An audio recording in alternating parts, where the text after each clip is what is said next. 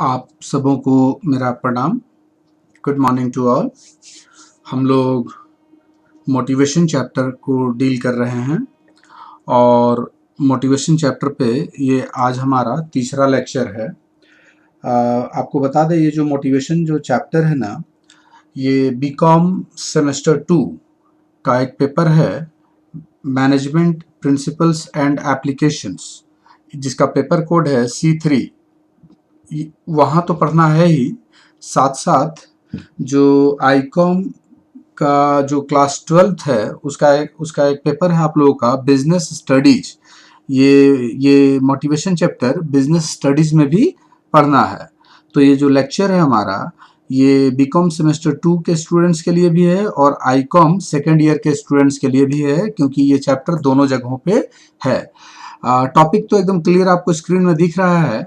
Objectives of motivation, motivation का क्या उद्देश्य है। आज हम लोग बहुत छोटा और एकदम आसान सा लेक्चर लेके आए हुए हैं हम आपके लिए। हम बहुत काफ़ी कुछ लिख सकते हैं अपने से भी, लेकिन ज़्यादा नहीं, 10 मिनट का हार्डली लेक्चर होगा। आप आराम से सुने लेक्चर को, है ना, और स्किप नहीं करेंगे, आप पूरा सुनिएगा। एग्जाम में आसानी से आपका ये टॉपिक आप लिख पाइएगा। तो मोटिवेशन तो आप जान रहे ना, मोटिवेशन मतलब क्या है, एक फोर्स है, एक ड्राइविंग फोर्स है। मतलब हम लोग इसमें करते क्या है कि दूसरे को इन्फ्लुएंस करते हैं, है ना। सो मतलब इस तरह से इन्फ्लुएंस किया जाता है कि वो स्वेच्छा से विलिंगली काम करे, है ना। मतलब कि फोर्सली काम ना करके विलिंगली स्वेच्छा से काम करे। मोटिवेशन क्या है, एक ड्राइविंग फोर्स है, एक फोर्स है ना। मतलब जिसकी से जो क्या करता है कि एम्प्लॉयज को स्वेच्छा से विलिंगली जील एंड कॉन्फिडेंस के साथ काम करने के लिए क्या करता है, अभिप्रेरित करता है।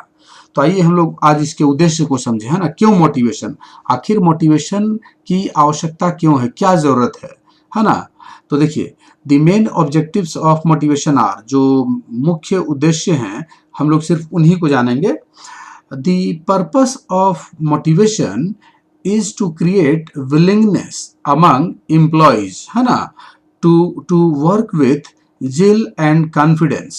कहता है कि जो मुख्य उद्देश्य है ना मोटिवेशन का, वो क्या है, विलिंगनेस क्रिएट करना है एम्प्लॉयज के बीच में। टू वर्क विथ, जो जिससे कि वो काम करें उत्साह और विश्वास के साथ में। मतलब मोटिवेशन का यही मेन पर्पस है कि एम्प्लॉय जो है ना, वो क्या हो, उत्साह और विश्वास के साथ काम करे, विलिंगनेस क्रिएट करना, है ना। पहला उद्देश्य विलिंगनेस क्रिएट करना एम्प्लॉय के बीच में, जिससे कि वे उत्साह और विश्वास के साथ काम करें।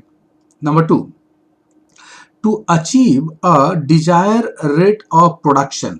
कहता है कि जो देखिए, हर ऑर्गेनाइजेशन का जो प्रोडक्शन का एक लेवल है, वो पहले से तय रहता है कि हमको कितने यूनिट का प्रोडक्शन करना है ना, कितना क्वांटिटी होगा।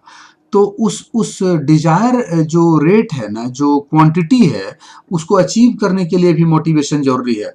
अगर आप एम्प्लॉयज को time to time continuous basis पे मोटिवेट नहीं करेंगे ना, आपका जो डिजायर रेट ऑफ प्रोडक्शन है ना, ये आप इसको अचीव नहीं कर पाएंगे, आपका टारगेट फेल हो जाएगा। So desire rate of production को अचीव करने के लिए भी मोटिवेशन क्या है, जरूरी है। Next, to create better industrial relation. बात को समझिए, ये जो जो बेटर इंडस्ट्रियल रिलेशंस की बात करते हैं, औद्योगिक संबंध की बात करते हैं, तो ये कैसे क्रिएट होगा। अगर आपके एम्प्लॉयज या दूसरे ऑर्गेनाइजेशन के एम्प्लॉयज अगर मोटिवेटेड नहीं रहेंगे ना, तो कभी भी बेटर इंडस्ट्रियल रिलेशन क्रिएट नहीं हो पाएगा। अगर हर ऑर्गेनाइजेशन का एम्प्लॉय ये मोटिवेटेड रहेगा ना, तो इससे एक अच्छा एनवायरनमेंट, एक बेटर इंडस्ट्रियल रिलेशन क्रिएट होगा उद्योगों के बीच में। नेक्स्ट है जॉब सेटिस्फैक्शन। देखिए, एक एक मोटिवेटेड एम्प्लॉय ही अपने जॉब से सेटिस्फाई हो सकता है या सेटिस्फाई रहता है। अगर एम्प्लॉयज मोटिवेटेड नहीं रहेंगे ना, तो वो कभी भी अपना जॉब से सेटिस्फाई नहीं हो सकता है। कुछ ना कुछ ग्रीवांस रह जाता है एम्प्लॉयज का, तो ग्रीवांस दूर करना पड़ेगा एम्प्लॉयज का। और ग्रीवांस दूर तभी हो पाएगा जब आप एम्प्लॉयज को मोटिवेट करते रहेंगे time to time, continuous basis पे, है ना। मतलब अगर एक भी ग्रीवांस रहा किसी भी एम्प्लॉय का तो अपने जॉब से सेटिस्फाई नहीं होगा, अपने ऑर्गेनाइजेशन से सेटिस्फाई नहीं होगा। तो जॉब सेटिस्फेक्शन के लिए भी कहता है ना कि मोटिवेशन जरूरी है। Four, better utilisation of human and non human resources. देखिए, ये जो फैक्टर्स ऑफ प्रोडक्शन होते हैं, जो रिसोर्सेस है, उसको हम दो कैटेगरी में बांटते हैं, एक तो ह्यूमन है और एक नॉन ह्यूमन है। ह्यूमन में क्या हो गया, लेबर, हम लोग हो गए लेबर, है ना। जो लेबर हो गया ह्यूमन ह्यूमन रिसोर्स, और ये ह्यूमन ह्यूमन रिसोर्स में आ जाएगा। और जो लेबर छोड़ के जो दूसरे हैं, जो मनी है, मटेरियल है, मशीन है, ये सब नॉन नॉन ह्यूमन है। तो कहता है कि अगर ह्यूमन और नॉन ह्यूमन रिसोर्सेज का बेटर यूटिलाइजेशन आप चाहते हैं, तभी आपका कॉस्ट ऑफ प्रोडक्शन कम आएगा, तभी आपका प्रोडक्शन बढ़ेगा, तभी आप मतलब कि लोअर कॉस्ट पे मैक्सिमम प्रोडक्शन कर पाएंगे, अच्छे क्वालिटी का गुड्स प्रोड्यूस कर पाएंगे। तो ये पॉसिबल है सिर्फ और सिर्फ मोटिवेशन से। अगर आपके एम्प्लॉय मोटिवेटेड रहेंगे तो जो भी रिसोर्सेस है, चाहे वो ह्यूमन हो चाहे वो नॉन ह्यूमन हो, उनका बेटर यूटिलाइजेशन करेंगे, वेस्टेज कम होगा, है ना। इससे इससे क्या होगा, आप ही को फायदा होगा, ऑर्गेनाइजेशन को फायदा होगा, है ना। तो बेटर यूटिलाइजेशन को इंश्योर करने के लिए भी जो ह्यूमन और नॉन ह्यूमन रिसोर्सेस है उसके बेटर यूटिलाइजेशन को इंश्योर करने के लिए भी मोटिवेशन जरूरी है। टू अचीव ऑर्गेनाइजेशनल गोल्स, ये तो किसी भी ऑर्गेनाइजेशन का जो लक्ष्य होता है, जो उद्देश्य होता है, जो टारगेट होता है, उसको अचीव करना अगर है ना, तो आपको एम्प्लॉयज को मोटिवेट करते रहना पड़ेगा। आपके एम्प्लॉय मोटिवेटेड होने चाहिए, है ना। तभी आप देखिए, लक्ष्य तो हर कोई अचीव करता है, गोल तो हर कोई अचीव कर लेता है, लेकिन समय की बात है, कितने इफिशिएंटली एंड इफेक्टिवली आपने गोल को अचीव कर पाते हैं, प्राप्त करते हैं, ये डिपेंड करेगा मोटिवेशन पर। हाँ, मोटिवेशनल फैक्टर पर डिपेंड करेगा, आपके एम्प्लॉय कितने मोटिवेटेड हैं। तो ऑर्गेनाइजेशनल गोल को इफेक्टिवली एंड इफिशिएंटली अचीव करने के लिए भी कहता है ना कि मोटिवेशन जरूरी है, एम्प्लॉयज को मोटिवेट करते रहना पड़ेगा रेगुलर बेसिस पे। To increase the efficiency of the employees, अगर एम्प्लॉयज के इफिशियंसी को आप बढ़ाना चाहते हैं, जिससे कि आपका काम अधिक हो, है ना, ज़्यादा काम हो, कम खर्च पे काम हो, कॉस्ट ऑफ प्रोडक्शन कम हो, तो इसके लिए आपको एम्प्लॉय को मोटिवेट करता रहना पड़ेगा, है ना। और मोटिवेशन से ही एम्प्लॉय का क्या है, इफिशियंसी इंक्रीज करेगा। इफिशियंसी इंक्रीज करेगा मतलब वो ऑनेस्टली काम करेंगे। अगर मोटिवेशन ना मिले ना, तो हर कोई काम से भागता है, तो एम्प्लॉय भी काम से भागेगा।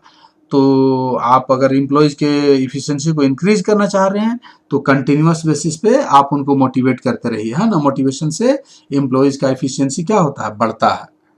To develop, next, to develop mutual cooperation among employees. देखिए, जो एक ऑर्गेनाइजेशन है उसमें बहुत सारे एम्प्लॉय काम करते हैं, तो एम्प्लॉयज के बीच में जो म्यूचुअल कोऑपरेशन की बात हम जो कर रहे हैं, ये तभी डेवलप कर पाएगा, तभी विकसित होगा जब वो उनको मोटिवेशन मिलता रहे, है ना। जब मोटिवेशन किसी भी तरह का हो सकता है, जो फाइनेंशियल हो, नॉन फाइनेंशियल हो, जो वो अलग मैटर है। अगर आप एम्प्लॉयज को मोटिवेट करते रहेंगे कंटिन्यूअस बेसिस पे, तो जो एक म्यूचुअल कोऑपरेशन है ना, वो एक ऑर्गेनाइजेशन में क्या होगा, डेवलप होगा। लोग एक दूसरे को, एम्प्लॉयज एक दूसरे को हेल्प करेंगे, मदद करेंगे, है ना। मान लीजिए किसी कोई काम पे नहीं आया, तो हो सकता है कोई उसका काम कर दे, मतलब एक दूसरे को हेल्प करेंगे, है ना। कोऑपरेशन, म्यूचुअल कोऑपरेशन बहुत जरूरी है किसी भी ऑर्गेनाइजेशन के सक्सेस के लिए।